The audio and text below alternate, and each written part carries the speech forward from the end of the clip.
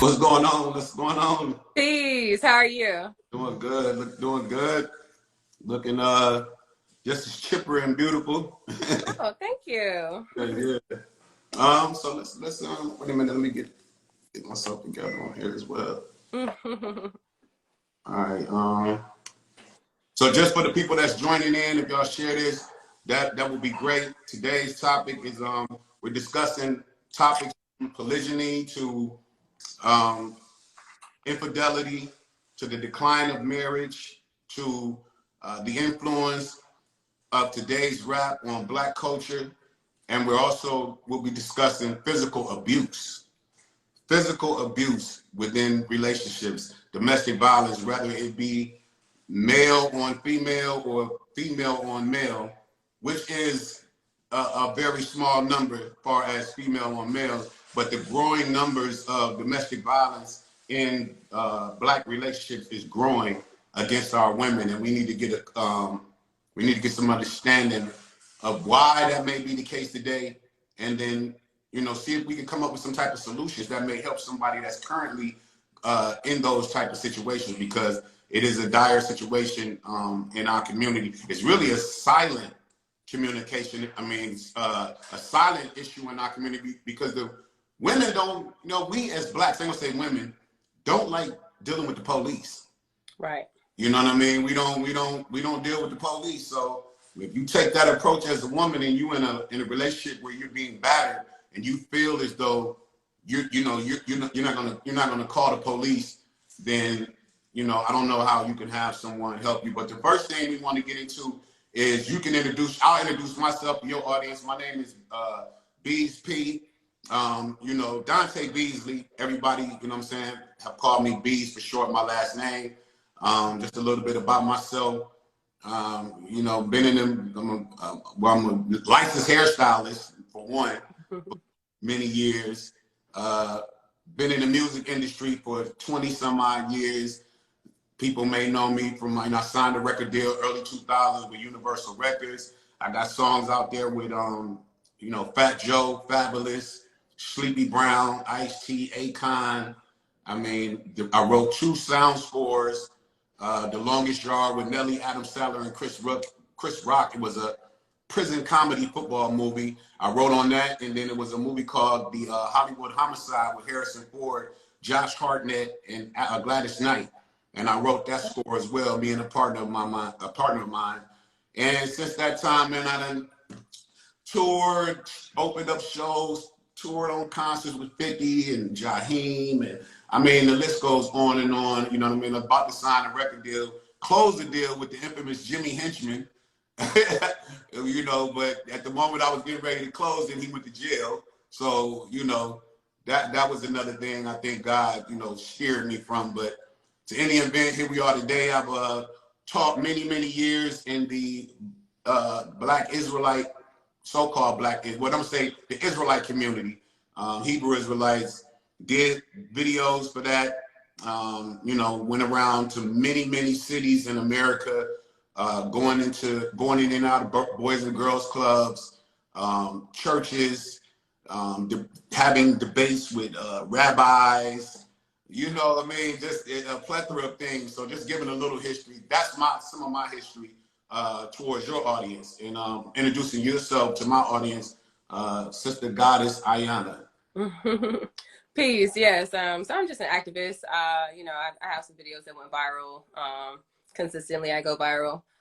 Just talking about our people. One of the videos that went viral talking about was polygamy, polygyny, to be specific, and but I have an organization out here called the People's Action Houston, and we do a lot of good work out here. It's a nonprofit branch off from TPA in Detroit, and we just doing the work. I've done a lot of work in Jackson, Mississippi, as well when I was out there going to Jackson State University. I've always done a lot of volunteer and leadership work in my community since I was 13 years old. My parents grew me up like this. So I'm just an activist, really. I'm a Black familyist. I'm all about the Black family and what's best for us. That's right. So let's get to this this topic, yes, we do know you. That's how I began. That's how I became know you. Of course, I'm a polygynist. I've been polygyny, married to 2 women. Well, you know, not legally, but you know, they're my wives. And you know, one I've been with for 20 years, and the other one for 7. Altogether, we've been in this polygynous marriage for 7 years. You know, I mean, things has been going great. I actually advise it to a lot of people that have been dealing with, just to give you more to explore. If you can do something with your feelings and emotions as far as a woman, and then that man, he has to be suitable. He has to be a man that can even handle 1 woman before he even thinks about, you know, trying to handle 2 women. When although the majority of men, we know, I mean, us men know you've been dealing with multiple women your whole life, you know what I mean? It's just that they didn't know it. And so we trying to move beyond the lies and the deceit men tell and things of that nature. So I want to know from you, what, you being a sister in Black America, what shifted inside of you to open your mind up to at least the thought of polygyny? Oh, I got thrust into it. My boyfriend, I was 19 years old. I was living in South Korea. I grew up mostly in South Korea. Yeah, my boyfriend was in the military. He was in the army, and he would tell me about this new soldier that had come in. We called them GIs just because I went to high school over there, you know, around military bases and stuff like that. So, you know, I wasn't a soldier, but the girl was, and they worked together. And, you know, like, we would end up on the phone with each other and we would all talk shit. We were all Aquarius. Our birthday was like literally next to each other. So we always used to love to talk shit. And I didn't know, but I knew something was weird about me always being on the phone with her when they were at work. But yeah, so I was like kind of delirious, oblivious to it, but I was good. Like there was no issues or anything. But my mom didn't like me. She was very controlling. I was 19 years old, I was 20 years old. And you know, very controlling. I was still living with my parents as a dependent overseas and going to college. And I did have a job on base. So wait, you didn't grow up in America? I partially grew up here, but I would say my growing years, I grew up mostly in South Korea. So I was born in America. I was born in St. Louis, and then I moved back. I flew right back at 7 weeks when they said I could fly. And when I was 4, I moved back to St. Louis. When I was 7, I moved to Alabama. When I was 12, I moved back to Korea, and then I graduated high school there. I went to Mississippi State for a semester. Then I went right back to Korea, and I went to college over there for some time. Okay. And then I joined the Air Force. But so maybe because I grew up in a very culturally diverse area. I've always just never been really closed-minded. I've always understood that there was different form of marriages. And so when I found out, my mother basically she told his sergeant that he was dating me and that he shouldn't be because I was dependent, but I was grown. So she was just being controlling. And the sergeant was just like, you know, oh, he's not even dating your daughter. He's dating my soldier. So, and then my mother came back and told me, and then we talked, and, you know, I was very upset at first because it was very deceitful. I didn't appreciate that. We talked about it. And we had to get tested. I didn't even really want to talk to him after I confronted him about it. So I told him, like, get tested. Don't even talk to me until we get tested. We all got tested. And the day that I was at the doctor's office, I got the papers in the clear. I called him, and they were together. And the papers, they had just got their papers too. And so after that, I was just like, well, let's go out. Let's go out. It is what it is. Let's go out. Woman. You said what? You got to know the other woman. I already knew her. I already liked her. Liked her. He got me, y'all. He got me. He was smooth. His daddy had a lot of women too, so that's probably why. But he was really smooth. But he was really good with women, like as far as like our emotions and like if I could try, I remember like trying to confront him and being mad. I was so angry, and he was just laughing at me. You know what I mean? And he was just like, "Calm down. I'm sorry. You know, I should have da." And he's just, and I'm like, "Yeah." And I probably tried to hit him. Honestly, I probably tried to hit him, or I pushed him up off of me, and he just held me. And it was just like one of those moments. He was just like one of those men, very tall, handsome, abs. You know, he was just one of those men. You know what I mean? You got So, you. So let me ask you. You're obviously you're not still in that relationship. no. Okay, so how did that mold you for polygyny, or because right now you're still pro polygyny? So yeah. did that change you, or did you go back to monogamy and then some things didn't happen, or what did you? Here's a question for you. Do you see a major difference in the relationship being monogamous and polygynous, or polygynous? I think that if the man is solid, then not necessarily, as long as the women are aware and willing. It was probably like one of the funnest, it wasn't a very accountable, responsible, like we weren't all living together. So it wasn't one of those situations, but we were, both dating him. We were both his girlfriend, and it just worked, and we liked each other. We really enjoyed each other's company. If I couldn't make it there, she would be there. You know what I mean? It was just, we just had our relationship was so good. Me and her like stayed very close friends. I ended up moving in with her after I broke up with him. And no homo. Like, she was just like my best friend. Like, we really were sisters. Like, she really cared about me because I had a rough time. I was having a rough time with my parents just being grown, and my parents just kind of being controlling. So I moved in with her, and like we had a great relationship after that. They still saw each other. They had a child together. But yeah, I kind of got flung into it, but once I just kind of accepted it, because I had to ask myself, well, like, I'm aware of this now, but like, what's the difference besides him lying to me? Like, what has changed? And I really realized like nothing. He's been doing this for months. It hasn't affected our relationship. So why would I not continue to deal? Especially, he was a really good, like, I hate to say it like that because he did lie. He was deceitful, but he was a very good person. Like, he was very caring, very good. Like I said, with the emotions, like he really listened to me. If I needed help with something, he would help me. Like, it just, like Right. one of those men, very upstanding in that way, even though he was a lying ass motherfucker.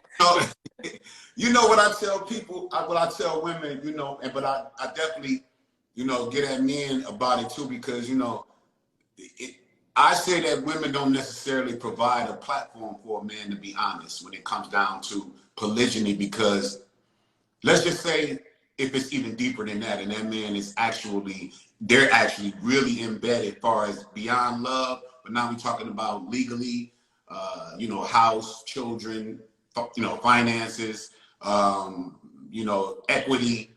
And this man, he has all this going with this woman.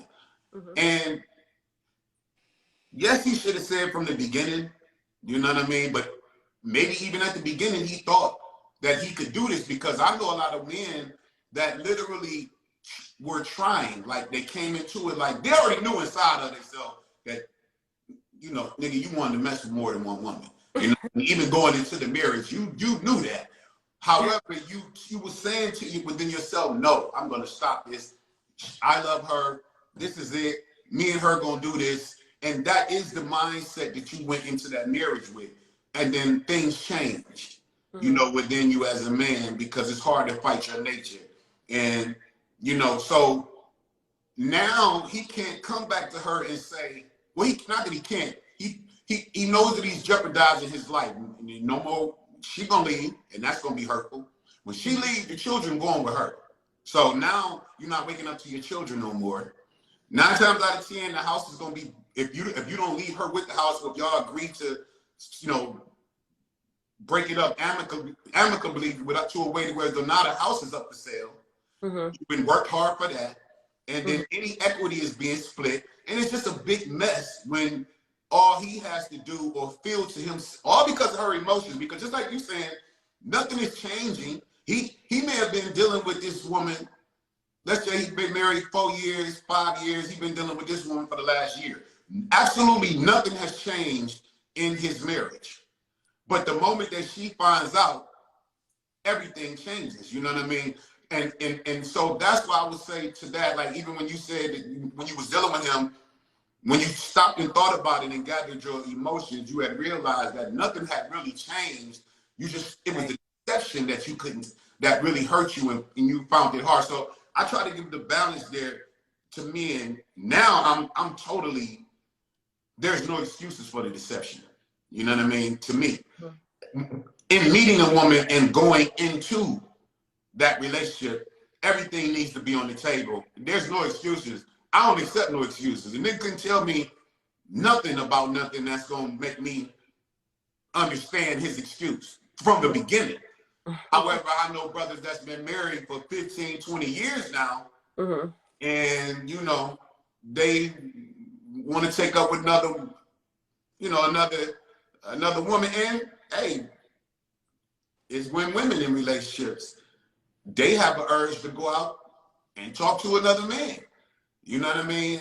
I just know that women can deal in a relationship with a man and be solely to him as long as he's doing what he's supposed to be doing. She really won't have the urge to go out and be with another man. Whereas though a man just naturally does. And so that's something that he's having to discipline himself and control himself, you know. And I know some women, well, he better control himself, whatever, you know what I mean? He better do something with that. But that is a situation. So in wrapping that all up and maybe like posing a question to you, like in your activism, what do you, when you're speaking on polygyny, how do you explain to women or try to help them to see beyond their emotions and feelings? Well, I just try to pose the logic. Peace, peace. I just try to pose the logic in it. I mean, because if you have a good man, see, first of all, we have to get to the place where women are understanding. I'm talking about a black man. I'm not talking about a black man who is boy-minded or anything. So naturally, a black man is an upstanding man. Our people have the highest moral character of all the people in the world. So when we're talking about black men, I'm talking about a man, you know, when we're dealing with those type of men, Immature man, immature boy man, a real man. right, a real man, we have to understand that one, we do greatly outnumber our men. So when we have a good man, we need to make sure that we keep him. You know, we shouldn't be just be willing to just break up a relationship with a good man just because he's dealing with another woman, you know. But the problem once again is men need to be more honest. But I ask women, like, if your man was doing everything you needed a man to do, if he was loving you, giving you all the attention you wanted and desired, but you found out he's been also dealing with another woman and she's been solely satisfied, besides him being deceptive, why are we, he's been able to manage both relationships, why would you break that up? And a lot of women will say, well, the deception. And I said, well, besides the deception, what else is the problem here?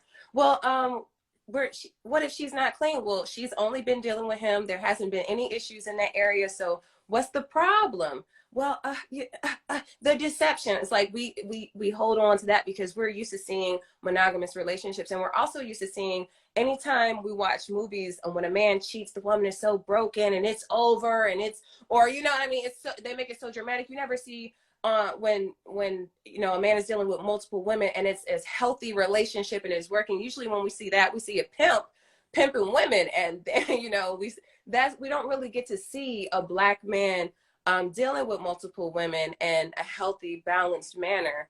But of course, it's all by design. So I tell them, like, you have to remember, we've been programmed. There's women all over the world that are doing this and don't have a problem. Why is it that we have a problem when we need it more than a lot of women? You know, a lot of us have children and we're no longer with the fathers. Well, what are we going to do? Like, we need a man in the household. Right. Like, real, having a man in the house is, you know, very different, like, than having a co-parent situation. Like, having that constant energy there is very healthy. It's much better for the child than breaking up a family, you know what I mean? Because you can't deal with him dealing with another woman as well. Like, we need fathers in these homes. We need men. We need men in our lives. Let's be real. Yeah, so that is, you know, one of the main hangups I see with polygyny is just the you know, the fear of the unknown. You know what I mean? For a lot of women, they fear like that other woman is going to come in, push her out, or she'll get more attention, or what is it that I like? Can I say something to that? Mm-hmm. That may be the perception. I think that's more secondary. I think one of the biggest issues is that women are a lot of us don't feel like our men can afford it, because we don't have this problem with black men with money. Black men that have it, have the power and the prestige, we don't see them really having problems with the side chicks and the wives and stuff, unless it's made public and the wife is embarrassed. Like, these women know what's going on. When you get somebody that's prestigious, you know what's going on. So I think a lot of times is we feel very lack, but we are all at the bottom right now financially in this country by design. Like, get in where you fit in. If financially, I wouldn't tell women to expect to deal with a man who's a millionaire, who's, making over $100,000 a year. Don't have that be your expectation. If that's not what you're used to, that's not what you come from, that's not the circles that you're in. But if a man can help you out financially, then, well, what's up? Like, if he's doing right by you, what are you doing? What are we really doing here? We need to try to make families that have long-lasting structures where there's a constant influence of healthy feminine and masculine energy.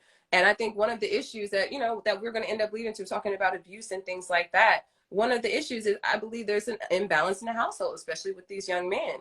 They're not having the fathers in their lives to see how a man handles emotion and how a man operates with a woman. They're not seeing that. So how can they know how to do that? They're going to operate off of what they see, and that's the feminine energy that they see in the household.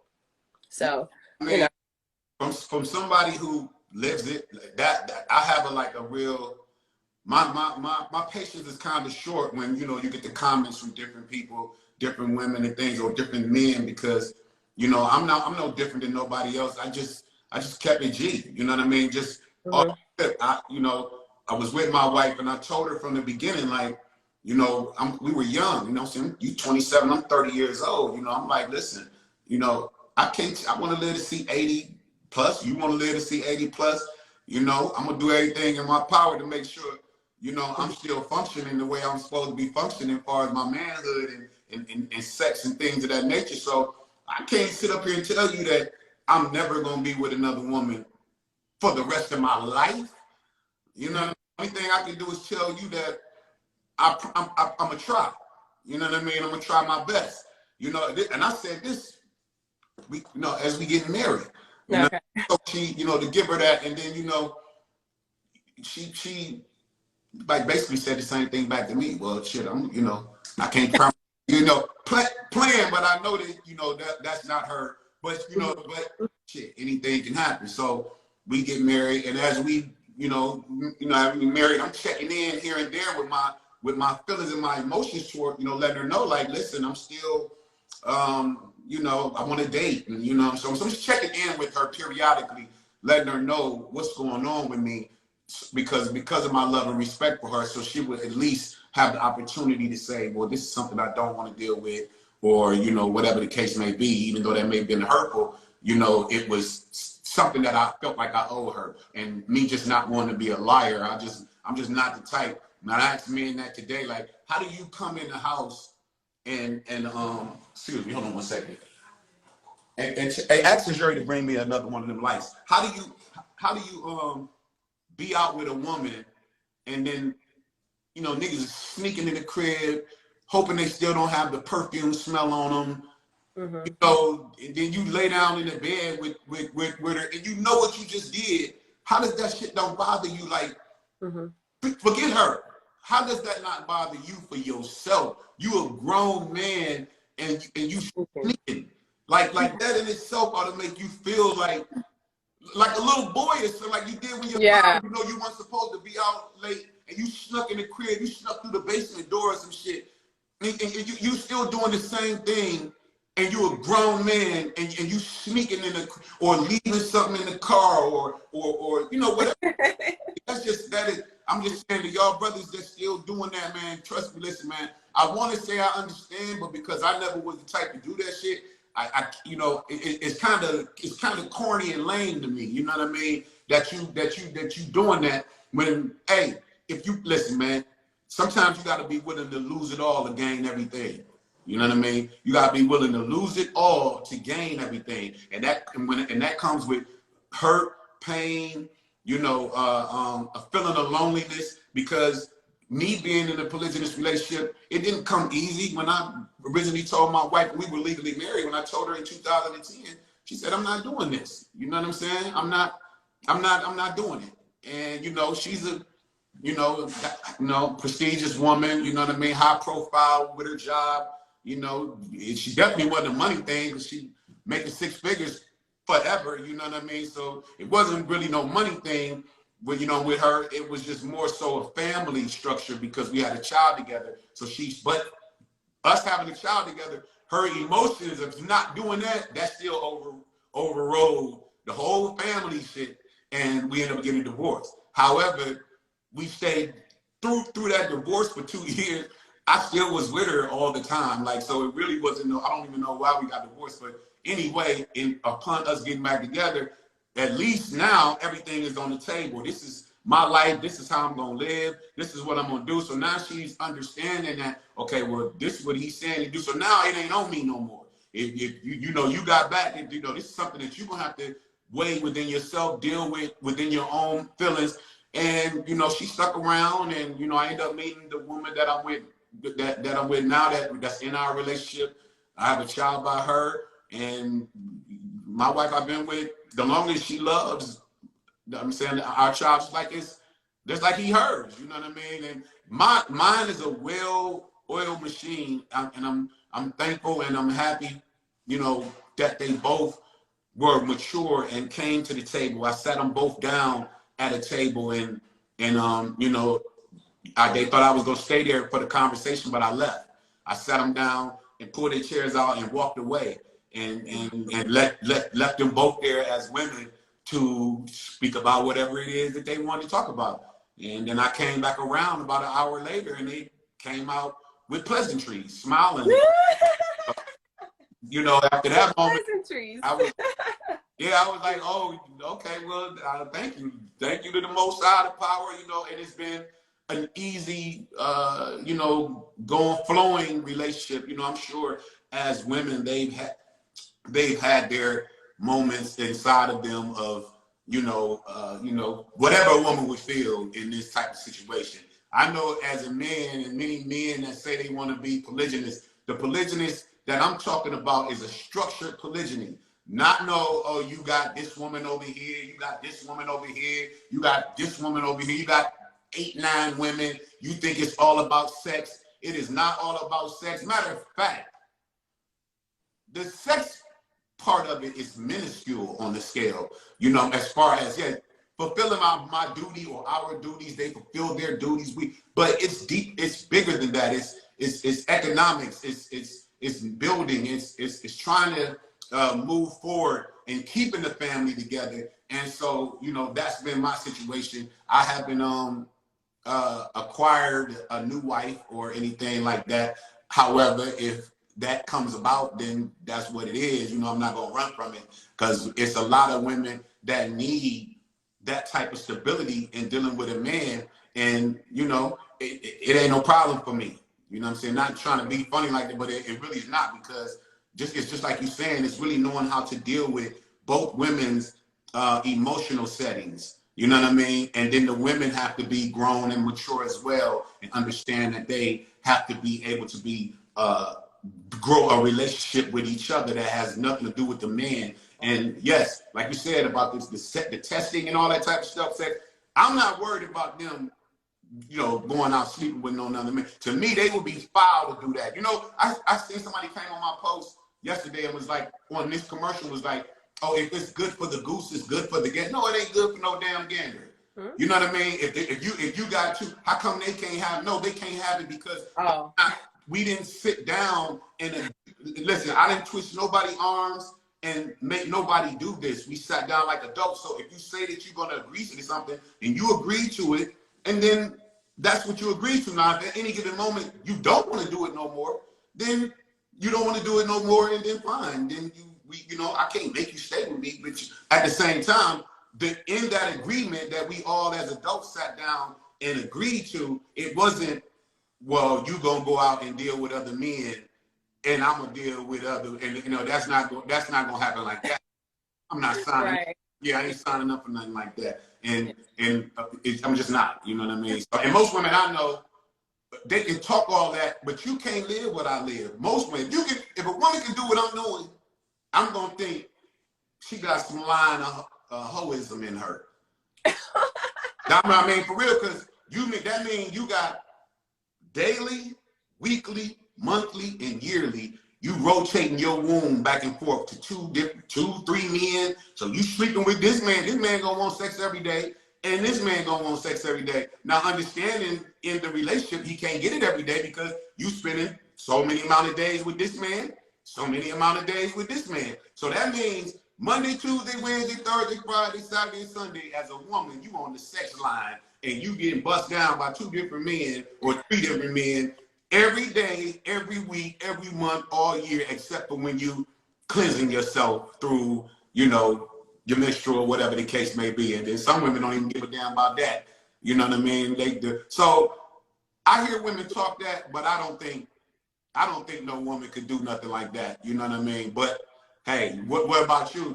Do you what is that, polyamory or something like that? Yeah, I mean, honestly, I think that women date like that. I think that people date like that, where they're dating other people and they may break up and then they're with someone else, and then, they're dating like that and there's no like real consistent or whatever. But I think that, no, women don't want to do that. I think if women are honest, I think a lot of women like to say like, I can do it too, or whatever. But I think if women are honest, when we have a man that satisfies our needs, we have no desire to go out and do anything, with another man. Like, we're good at home. Like, we're good. So when you're healthy, you know what I mean? I just don't think, and I've argued with women because they swear they can do it. But I, like, on a chemical level, this is what I tell women, like, men can do things like that because testosterone kind of blocks the effects of oxytocin when they have orgasms. We don't have testosterone blocking the oxytocin, the love cling hormone. So once we start having sex with someone, we fall in love with them. It's just like, like, that's just the reality. And for a woman to be in love with multiple men, it just doesn't work. Like, I just don't see that really working in a healthy way. There's absolutely no need for us to be doing that either, because our men need to be dealing with as many women as they can, honestly, as they can deal with, because we need to have a man. Like, there's plenty of women out here for these men. Like, it's almost like hoarding men to yourself, and I don't think that's very healthy for the Black community, seeing as a lot of us are in need of our men. There's a lack of men out here for us. There's like 1 to 13, I think, in Mississippi right now, like 1 eligible Black man for 13 eligible Black women. So it's just, the reality is, a few of us gonna have to be with a good man. Like, it's just, that's for us to really all cover all our homes. Like, that's if you care about other women. Like, I care that all Black women have a man, because I'm telling you, when women don't have a man, when we get older and we don't have a solid man in our lives, the bitterness is so lethal. It's really nasty. Even if we're not older, some women get really bitter not having, and then they have children already and they leak that bitter energy, and it's because she's hurting. It's because she's hurting because she doesn't have a man. Hey, these don't not ask to go over Aunt Claro's house. They know not to ask to go. She's so damn mean and bitter. They ain't even going over there. The nieces and nephews don't even want to go over there no more. Yeah. Well, it's just, a lot of women can start getting very nasty when they don't have a man. Like, when you're getting digged down, you don't have those type of issues, especially by a man that, I'm sorry, just to be real, when you getting digged down by a man that's taking care of you, that you're solid, you're in a relationship, you're comfortable, like, you like like attitude, like, okay. You know what? And listen, there's a science. there's really a chemical science behind that, because you can be upset. I'm talking about highly upset, and the act of making love, sex, and all that, it can literally heal the problem. You know what I mean? Yo, yes, that makeup sex is something else. You know, when it's like extra sweet, extra lovey-dovey, like, no, I really love you. Like, oh shit. Yeah, you know, it'd be like that. Hey, so we'll put this one on ice, and we'll come back to it. And anybody out there who may have any questions, you know, we're gonna take y'all questions. If you want to come and join in on us and you know, bring out something, you can, as long as everything is respectful. And this is about maybe trying to learn. This is for the people that, when we talking about polygyny, who wants to learn more about it and maybe want to you know, apply it in your life. I just know a lot of women, you know what I mean? I know a lot of women. I know a lot of people in general. And I've seen women talk to men that they knew was in a relationship with another woman. I see that shit happening all the time. So a lot of women do it. They just don't like it done to them. Yeah. In a polygynous relationship, at that moment, it's just that the other woman don't know about you. That's still polygyny. It's a deceitful polygyny. You know what I mean? But it's still a man dealing with multiple women. So if you can deal, and I've actually literally talked to women who told me that they can do that. Mm-hmm. And then I said, so you mean to tell me you couldn't bring that together and get to know that woman? No. I don't want to get to know her. And just like you said, like, I don't know if you just, I think I scrolled by, posted yours or something, and you was talking about something. Did you just recently, maybe within the last day or two, put up something? May have been another woman. She mentioned about women, and she said, and you're a Christian on top of that. I was talking about, I mean, I said something to that effect, but I was talking about the Balenciaga thing. Right. Okay. Yeah. Right.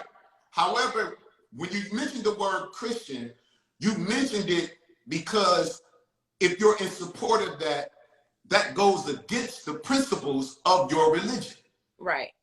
So my thing is when I hear women speaking and they'll say, like, they speak against it or polygyny, or they'll just speak against a lot of things, but then they'll turn around and call themselves Christian. And I'm definitely not about to get into that subject. Like, I'm just saying this. That's it. I'm leaving that alone. But you know, it's a lot of the hypocrisy in United States of America, with the United States being a Christian nation built upon Christianity. 80% of the United States of America is a Christian nation. You know what I mean? But nobody follows what it is that they say they believe. You know what I mean? But so anyway, I'm gonna leave that alone. I digress right there. We're gonna go into physical abuse. Or unless you got something else you want to say on it before I switch over to the physical abuse. No. I think it's everything. Yeah, and there's a lot of men in the Bible that had multiple wives. I mean, a lot of wives. Them motherfuckers were getting it in back then. But yeah, so yeah, no. And let me throw something when people say that. King Solomon only failed because having multiple women, and it had absolutely nothing to do with all of the Israelite women he had. He failed because God told him, leave them other nation women alone. Don't step outside of your race. And he stepped there and he didn't listen. And God told him, if you do it, they're going to turn you away from me. And you're going to fall into all types of diverse lusts, all type of everything else.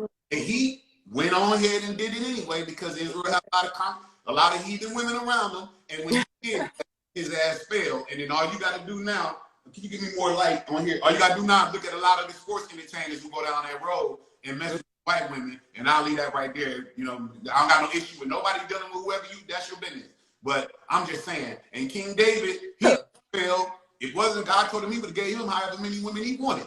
He failed because this nigga wanted to be a peeping Tom, go up on top of the roof and peep in on another man's wife.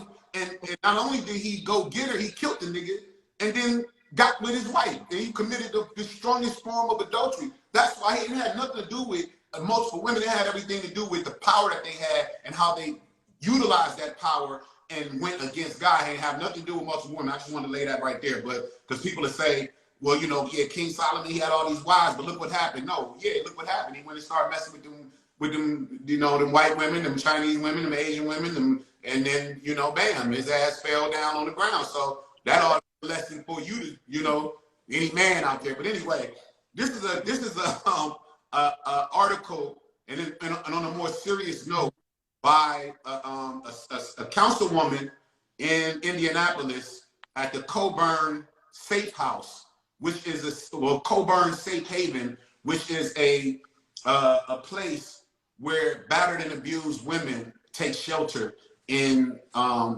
Indianapolis. And she wrote an article, you know, on the on the rise of domestic violence in you know, our relationships from men to women. She's a state representative, Vanessa Summers. I'm just gonna read some of the article, and then I want you to, you know, come on there. And if you know of anyone that has experienced domestic violence and they came and talked to you about it, just to try to share it in some of the I said, you know, some of the hurt, the pain, and the fear behind having a man. We just gonna talk about men abusing women, because, you know, I'm not taking nothing away from no woman abuse. There's been many women that have killed men in relationships, but I'm not for to hear no man telling me about no woman slapping him around. I can't hear that. You know what I mean? No, nobody has no business putting their hands on one another, and I'm not minimizing domestic violence with the woman, for, you know, displaying it towards a man. I'm definitely not minimizing that. I'm just saying, you know, I don't know no damn man that you know, let a woman beat up on them. Yeah, let's let a woman just beat all up on them and shit like that. But anyway, this is an article, and it is from State Representative Vanessa Summers from Indianapolis, and she's talking about domestic violence, and it's called A Layered Look at Domestic Violence in the Black Community. And just for those that's tuning in, we're going to be talking about, tapping in just a little bit, not keeping y'all long, on physical abuse, infidelity, the decline of marriage, the influence of rap, influence of today's rap in Black culture, and we talked about polygyny already. So she says, just getting started, sometimes it's exhausting being a Black woman, says Indiana State Representative Vanessa Summers. It's exhausting being a woman, but it's really exhausting being a Black woman. Before serving in the Indiana House of Representatives, Summers worked at the Julius Center, which is another center, and it says, according to the National Coalition Against Domestic Violence, more than 40% of Black women, more than 40% of Black women, now you're talking about 44 million Black people in America is what is, you know, the statistics. And then you're talking about 52% of that 44 million being Black women. So then now you're talking about 12% in America. So you're saying over 40%, almost half of every Black woman, all Black women have experienced domestic violence, intimate partner physical violence, intimate partner sexual violence, and or intimate partner stalking in their families. And more than half of Black adult female homicides are related to intimate partner violence. At Coburn Place, 65% of our clients in 2020 identified as Black and female, and that is true at many domestic violence service organizations nationwide. Black women and Black men experience intimate partner abuse at a disproportionately high rate. But why? First of all, a lack of opportunities along with financial barriers. Now this is deep. That's why I wanted to do this article right here, because I'm in agreement to some of the things that she's getting ready to say. She said, first of all, a lack of opportunities. Now, these are some of the reasons for domestic violence coming from a man, or just the Black man and the Black woman dealing with domestic violence in their home. So it's almost like when you spoke about the bitter woman not having a man, how that can bring about bitterness. Well, systemic oppression can bring about a lot of things in a lot of our relationships, be it family, friend, marriage, whatever, right? She says, first of all, a lack of opportunities along with financial barriers leads to domestic violence.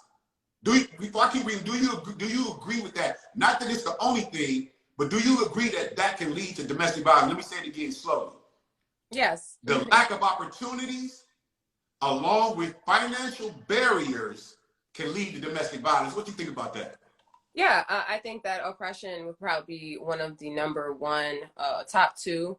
I think for Black men in particular, I think that the natural alpha man on the planet is the Black man, and he's been forced into a beta position very much unwillfully. And so that is a whole nother layer to why because Black men don't naturally do that. Even sometimes oppressed and not having enough money, Black men naturally don't do that. It's when we come from unhealthy homes where we don't learn how to express anger. We don't learn how to exhibit and express it in healthy ways and ways that don't damage the people around us. So I would say the natural Black man being the alpha, being forced into the beta position on this planet is probably number one for Black men, because that breeds a lot of anger. Two, the oppression. And three, because a lot of our people don't know how to handle emotions when dealing with very frustrating circumstances. Right. I like that breakdown too. And that's what she's saying on here. She's Cicely Johnson, the director of strategic initiatives at the Domestic Violence Network, agrees it's a systemic issue. That's powerful. You know what I mean? Like that goes into the psychology behind domestic violence. You know what I'm saying? From a man's point of view, that's deep because of the history, because of the 400-year gap and 400 years of being left at the starting line, while other groups have moved forward with ease. That holds us back, she says. That's the root cause. It's a combination of things we're not given. We're just not given opportunities in education that generally would be made available to other populations, specifically white populations. And it's socioeconomics.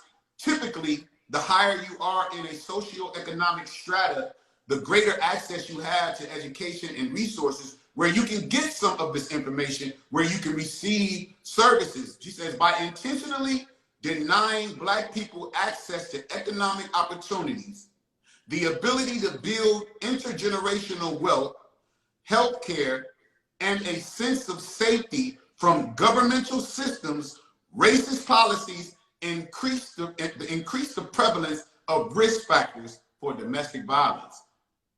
Now that is saying the intentionally denying Black people access to economic opportunities, holding you back, and the ability to build intergenerational wealth, healthcare, education, and a sense of safety from governmental systems, racist policies increase the prevalence of risk factors for domestic violence because we don't have no shelter as a nation of people. There's no protection barrier there. So the man, he comes home from work and, working in itself is goddamn oppression already. You know what I mean? If you ain't working for yourself, if you got to get up, listen, I take my hat off, salute all y'all brothers, sisters that get up 5:30 in the morning, blistering cold, depending on what city you from. A lot of women got to go out there to your disadvantage because you ain't got no man. You got to take your ass out there in that cold, shovel that snow, that blizzard hit last early this morning, and now you're tired and stuff, but you got to go to work. Now you out there with that shovel, and you trying to get up and get that snow up under them tires, and hoping that Mr. Johnson across the street see you. And that's where that man came in, and he walked across there and help you get out that driveway. But just in general, and then you got to go somewhere. You drinking coffee and hot tea, and you trying to get your mind right to go into this place that you really don't want to be anyway. And then you got to work there 8-9 hours, and then you come home, and then the man that's there or the woman that's there, there's really no real support there. There's no, because y'all both just being beat up by life. Not that he don't love you or she don't love him. It's just the circumstances behind our condition. And so then now she's on edge, he's on edge, and you know, all it takes is one little, you know, she pop off at the mouth. It's not an excuse, but it's the reason behind it, because there was something behind it, because he loves her. They love each other, but outside, it's the last straw. When he has no power to exert over anybody else, he has the power to exert his physical strength over his woman. And that's what a lot of times it boils down to. I can't rage at my boss. I'll lose my job and our livelihood. We won't have a shelter, a home, or a roof over our heads anymore. I won't be able to feed the kids. So I'm going to do and exert power over the person I'll have the least consequences, and that's going to be your woman. She's vulnerable to you. And like you said, right, and the flip side, you know, she can, you know, women they ain't gonna say none of that stuff to their boss. You know what I mean? And again, that's where your relationship with God comes in. And when you start talking about you're a Christian and everything, you're supposed to be submissive to your husband. You know what I mean? And that's why I be telling most women, like, listen, man, if you really knew that Bible, you wouldn't believe that Bible. You wouldn't believe it. You ain't gonna stand on it. You ain't gonna rock by it, because it tells you in the book of Ephesians, the 5th chapter, that you're supposed to submit to your man just like you would submit to Christ. And you're supposed to submit to him in it says everything. So that means as long as this man ain't making you go against God, whatever he say do, you supposed to do it. You know what I mean? As long as he, you know, doing anything that's immoral, you know, but I'm saying, if that's what y'all can go look the scripture up yourself. You know what I mean? Ephesians 5th chapter 22nd. Hey, I believe it. It's a lot of stuff in that Bible. Yeah, you got to go. So if that be the case, then if he's saying this is the direction that our family going, now a wise man would know the power that a woman has, and he would know when to fall back and allow her to lead. You know what I mean? But that just comes with, like you said about, you know, it's not a lot of men in the house raising our young men. The women are raising them, so they don't know nothing about, you know, they've been so suppressed under their mother's ruling. They can't wait to get out of the house and become a man, but they don't know what being a man is. And then the examples that they get from being a man is the niggas they see on the street or they homies. You know what I mean?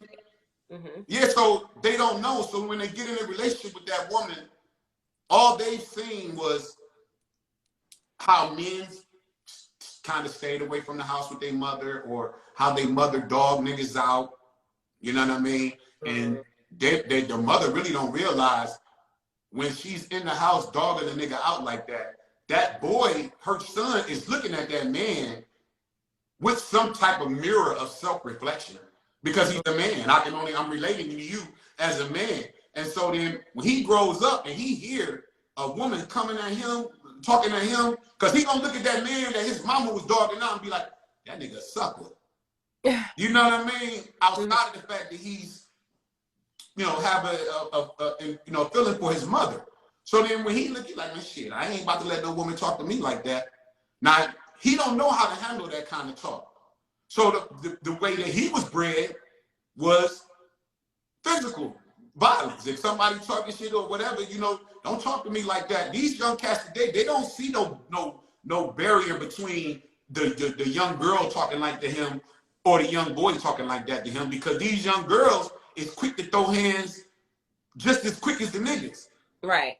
So when he just gonna be looking at you like, that's why we watch all these videos on the internet where a nigga just taking off on a girl like she's a dude, or the girl taking off on a man. It don't even matter if she feels like he's bigger than her or whatever. So when you look at it yourself, and you being a woman, and you know, if you have any history of it, or if you know of any history of it, you know, through people that you know, what has been your outlook on that, the information, the advice that you give, or the determining factor to where as though you say it's time to walk away? Well, I was in an abusive marriage. That's why my marriage ended. I would say that was the one of the biggest problems, and I think that one of the reasons is because he didn't have his father in his home. His mother raised him and his siblings alone, and what I feel like is a lot of the resentment that his mother put in him. Like his mother would die. I had never in but okay, backstory. My parents are married. My parents were married before they had me. I'm their oldest child. It's just me and my brother. My parents are very well off. They're doing very good for themselves. They have set me and my brother up already. So I had never really experienced that besides on TV or seen that. A lot of my friends were also, their parents were together and their parents were doing well for themselves. So I didn't really even know, I didn't even see anything like that really besides TV. But what I learned going through that was that a man will pick up his mother's emotional tendencies if he doesn't have a solid man and a consistent man in his life to show him how to react when he's emotional. So like a man that'll actually be there when your son or your child gets emotional and can redirect his energy, or also show him like when the man gets very upset, how he calms himself down and goes about things, how he might have to shut it down, quiet everybody, and then move forward. When you grow up seeing those emotional mechanisms that a man uses, those are what you'll use. But if you don't have that, oftentimes, and women are emotional, we rule the emotional, realm, y'all rule the logical realm, but we're not as strong as you. So it doesn't come out physically as gruesome as it can be. Like the likelihood of a woman beating her man to death is very slim. Well, you know what? In today's time, a lot of these women had to protect themselves, so they fight. I used to fight a lot actually, but I did have my daddy around. That was just me being a hardhead. But so, and it's a culture now. Like a lot of people will big up women fighting and things like that. So it's almost this cultural. We see that shit on Love and Hip Hop. What's the other one? It's the really bad one, the one with Krishan Rock. That show is awful. I've never even watched it. Something other than Love and Hip Hop? You know what I'm talking about? That show, they always show it on Hollywood Unlocked. Somebody gonna say it in the comments, where it's like it's not the Bad Girls Club. They had one like that. Is it the baddies? Something baddies. Oh yeah, I wouldn't. Something bad. Anyways, the show is always just showing the women fighting each other, and so there's that culture. But I really feel like the likelihood, once again, is a lot less. Like a man gonna beat your ass. Like, let's just be real. There's really no, like, my ex-husband was shorter than me and definitely I looked like a Lifetime movie, best believe, several times in my life because of him. But I don't even I don't think did he just pop up on you with nothing provoked? No, it would definitely be when I was holding him accountable for something, like, damn nigga, you ain't put the trash out in 2 weeks. Goddamn, how often do I have to tell you to take the trash? Like, why do I have to do, like, it would be one of the things where I would begin to do what his mother did.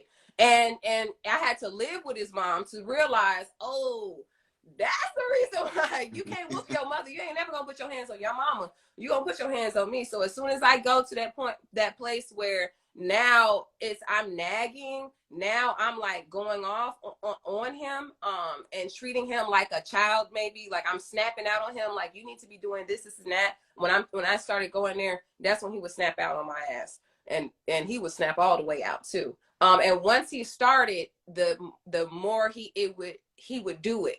So like the first. It's not to interrupt you. It's saying we got 9 seconds remaining or something. Oh, okay. So we're gonna come back on. Everybody that's watching is saying that we only got 9 seconds, so we're gonna click back on.